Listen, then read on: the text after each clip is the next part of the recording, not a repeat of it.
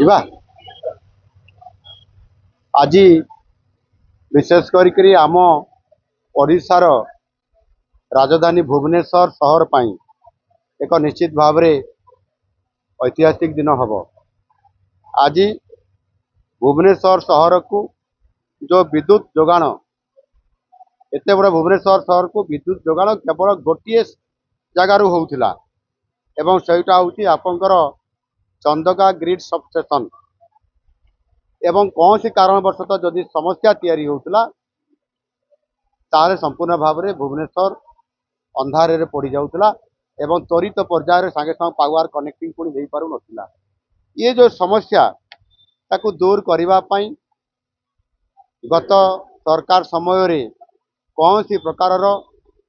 से चेष्टा करा जाई नथिला लोकों को सेवा जोगे देवाई एवं यही जो समस्या समाधान केमती हो पार आखिदर्शिया किसी भी पदक्षेप गत सरकार नहीं पारि नथिले एवं से ये जो चंदका ग्रिड स्टेशन ये 1999 मसीह प्रतिष्ठा होता एवं जदि आज पर्यंत हिसाब करवा ताले पाखापाखि 36 वर्ष हम आम केते एक संकट परिस्थिति देकरी आम गति करुले आमर भविष्य कौन होता भुवनेश्वर ताकू आखि आगे रखिक आम सरकार गत 2024 मसीह जिते बड़े आम सरकार दायित्व आसिले से आमे ताकू गोटे बड़ परिवर्तन करने माननीय ये आमर शक्ति मंत्री उपमुख्यमंत्री केवी सिंह महाशय ये अच्छा आम सरकार तरफ दायित्व दिगला सी भी दायित्व को निर्वाह करने लगी पड़े एवं निश्चित भाव में आज जो बालियंता जो आज आम कटक एसीबी मेडिकल कॉलेज एवं हॉस्पिटल रे कहते एवं आपंकर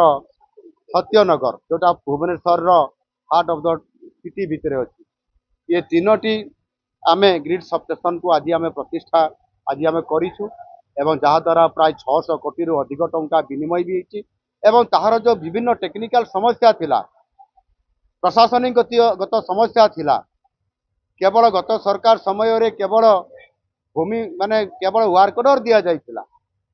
एवं से केवल ना पैसार अरेंजमेंट ना कौन प्रकार काम को त्वरान्वित करवा कौन सी काम हो नथिला आम सरकार आसवा भितर आम गोटे वर्ष भितर आम संपूर्ण भाव में कार्यक्षम कराइबारे बड़ भूमिका आज नहीं पारिलु एवं ताहा सहित मध्य अत्याधुनिक जोटी कटक एसीबी मेडिकल कॉलेज पाई गैस इन्सुलेटेड सबस्टेशन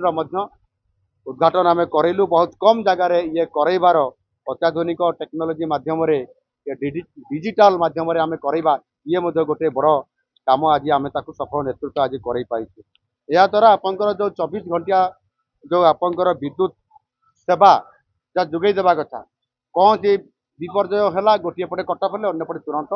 आसिक पहुँची जीव ये व्यवस्था आज आम करवा द्वारा गोटे बड़ आज भुवनेश्वर सहर समेत ये भुवनेश्वर जो आखपाख अंचल अच्छी जो गुड़िक आपंकर आज सहर संपूर्ण भाव में व्यवस्था भितर आसी जाऊँगी आज से संपूर्ण पावर यहाँ पाइबापी आज जाऊँगी तेणु निश्चित भाव में ये भुवनेश्वर सहर पर अति आवश्यकता था आज आम सरकार पूरण करी आज निश्चित भाव में ओडिशार राजधानी भुवनेश्वर एवं कटक भुवनेश्वर एवं भुवनेश्वर आखपाख अंचल समस्त को संपूर्ण भाव में 24 घंटा बिजुली देवा एवं चलित ग्रीष्म जो प्रभाव आरंभ होउची ए ग्रीष्म प्रभाव रे